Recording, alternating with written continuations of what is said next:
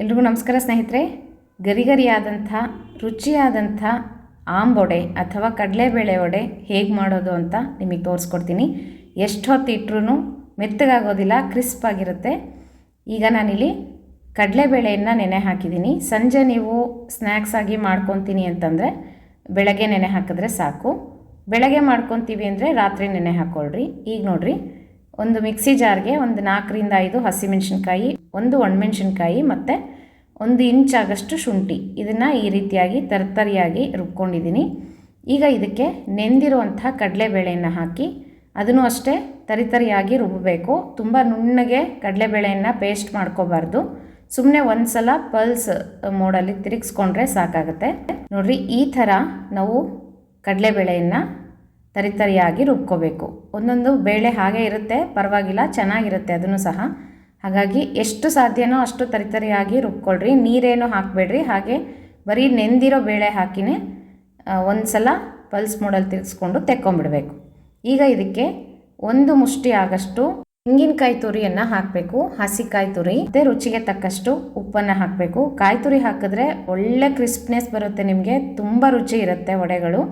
ಮತ್ತು 1 ದೊಡ್ಡ ಚಮಚದಷ್ಟು ಜೀರಿಗೆ, ಸ್ವಲ್ಪ ಇಂಗು ಪರಿಮಳಕ್ಕೆ, ಮತ್ತು ಇದು ಗ್ಯಾಸ್ಟ್ರಿಕ್ ಸಹ ಆಗೋದಿಲ್ಲ, ಕಡಲೆಬೇಳೆ ಅಲ್ವಾ.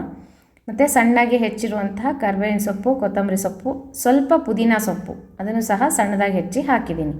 ಪುದೀನ ಹಾಕೋದ್ರಿಂದ ಒಳ್ಳೆ ಫ್ಲೇವರ್ ಇರುತ್ತೆ, ತುಂಬ ರುಚಿ ಇರುತ್ತೆ. ಈ ರೀತಿಯಾಗಿ ಮಾಡಿ ಒಂದು ಸಲ ಟ್ರೈ ಮಾಡಿರಿ, ತುಂಬ ಟೇಸ್ಟಾಗಿರುತ್ತೆ. ನೀವೇ ಹೇಳ್ತೀರಾ ನನಗೆ ತುಂಬ ಚೆನ್ನಾಗಿ ಬಂದಿತ್ತು ಅಂತ. ಹೀಗೆ ಎಲ್ಲನೂ ಒಟ್ಟಿಗೆ ಕಲಿಸ್ಕೊಂಬಿಡ್ಬೇಕು. ಇದಕ್ಕೆ ಸೋಡಾ ಹಾಕೋದಾಗಲಿ ಮತ್ತು ಅಕ್ಕಿ ಹಿಟ್ಟು ಏನನ್ನೂ ಕಲಿಸ್ಬೇಡ್ರಿ. ಹಸಿ ಕಾಯಿ ತುರಿ ಹಾಕಿರೋದ್ರಿಂದ ತುಂಬ ಹಗುರವಾಗಿ ವಡೆಗಳು ಕ್ರಿಸ್ಪಾಗಿ ಬರುತ್ತೆ. ಒಳಗಡೆ ಸಾಫ್ಟ್ ಇರುತ್ತೆ, ಮೇಲೆ ಎಲ್ಲ ತುಂಬ ಕ್ರಿಸ್ಪಾಗಿರುತ್ತೆ. ಈ ಥರ ಚೆನ್ನಾಗಿ ಕಲಿಸ್ಕೊಂಡು ಒಂದು 2-3 ನಿಮಿಷ ಅಥವಾ 5 ನಿಮಿಷ ಬಿಟ್ಟರೂ ನಡೆಯುತ್ತೆ. ಸ್ವಲ್ಪ ಹೊತ್ತು ಬೇಳೆ ಎಲ್ಲ ನೆಂದ್ಕೊಳ್ಳಿ. ಈಗ ನೋಡಿರಿ, ಸ್ವಲ್ಪ ಈ ಥರ ಒಂದು ನಿಂಬೆಹಣ್ಣಿನ ಗಾತ್ರದಷ್ಟು ಹಿಟ್ಟನ್ನು ತಗೊಂಡು ಹೀಗೆ ಕೈಯಲ್ಲಿ ಹಾಕಿ ಮಧ್ಯದ ಕೈಯಿಂದ ಒತ್ತಬೇಕು. ಹೀಗೆ ವಡೆಯನ್ನು ಮಾಡಬೇಕು. ಮಧ್ಯ ಸ್ವಲ್ಪ ದಪ್ಪ ಇರಬೇಕು, ಕಾರ್ನರೆಲ್ಲ ತೆಳ್ಳಗಿರಬೇಕು. ಈಗ ಎಣ್ಣೆ ಸಹ ಕಾದಿದೆ. ಎಣ್ಣೆ ಚೆನ್ನಾಗಿ ಕಾದಿರಬೇಕು ಮತ್ತು ಫ್ಲೇಮನ್ನು ಸಣ್ಣದಾಗಿ ಇಟ್ಕೋಬೇಕು. ಮೀಡಿಯಮ್ ಫ್ಲೇಮಲ್ಲಿ ಉರಿಯನ್ನು ಇಟ್ಕೋಬೇಕು. ಈಗ ಎಣ್ಣೆ ಕಾದಿದೆಯಲ್ಲ, ಒಂದೊಂದಾಗೆ ವಡೆಗಳನ್ನು ಹಾಕ್ಕೊಂಡು ನಿಧಾನಕ್ಕೆ ಸಣ್ಣ ಉರಿಯಲ್ಲಿ ಕರಿಬೇಕಾಗುತ್ತೆ. ತುಂಬ ಜೋರಾಗಿ ಫ್ಲೇಮನ್ನು ಇಟ್ಕೊಂಡ್ಬಿಟ್ರೆ ಒಳಗಡೆ ಬೆಂದಿರೋದಿಲ್ಲ, ಮೇಲ್ಗಡೆ ಮಾತ್ರ ಕಪ್ಪಾಗಿಬಿಡುತ್ತೆ. ಹಾಗೆ ವಡೆಯನ್ನು ಮಾಡ್ಕೋಬಾರ್ದು.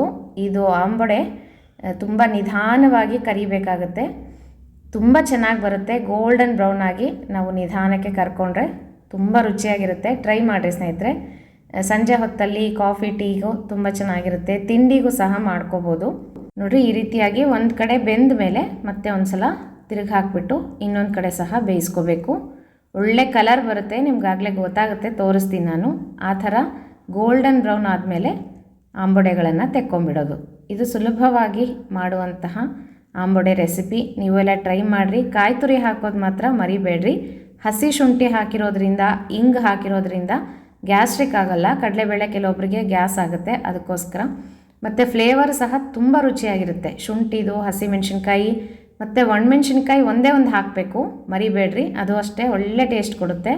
ನೋಡಿರಿ, ಒಳ್ಳೆ ಕಲರಲ್ಲಿ ಕ್ರಿಸ್ಪಾಗಿರುವಂಥ ಆಂಬೊಡೆಗಳು ರೆಡಿಯಾಗಿದೆ. ನೀವೆಲ್ಲ ಟ್ರೈ ಮಾಡಿರಿ. ಹೇಗೆ ಬಂತು ಅಂತ ನನಗೆ ಕಮೆಂಟ್ ಬಾಕ್ಸಲ್ಲಿ ತಿಳಿಸೋದು ಮರಿಬೇಡ್ರಿ.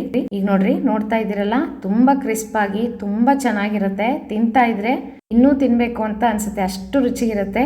ಬರೀ ಆಂಬೊಡೆಗಳನ್ನೇ ಮಾಡಿಕೊಂಡು ತಿನ್ಬೋದು. ಕಾಫಿ ಜೊತೆಗೆ ತುಂಬ ರುಚಿಯಾಗಿರುತ್ತೆ. ಟ್ರೈ ಮಾಡಿರಿ ಸ್ನೇಹಿತರೆ.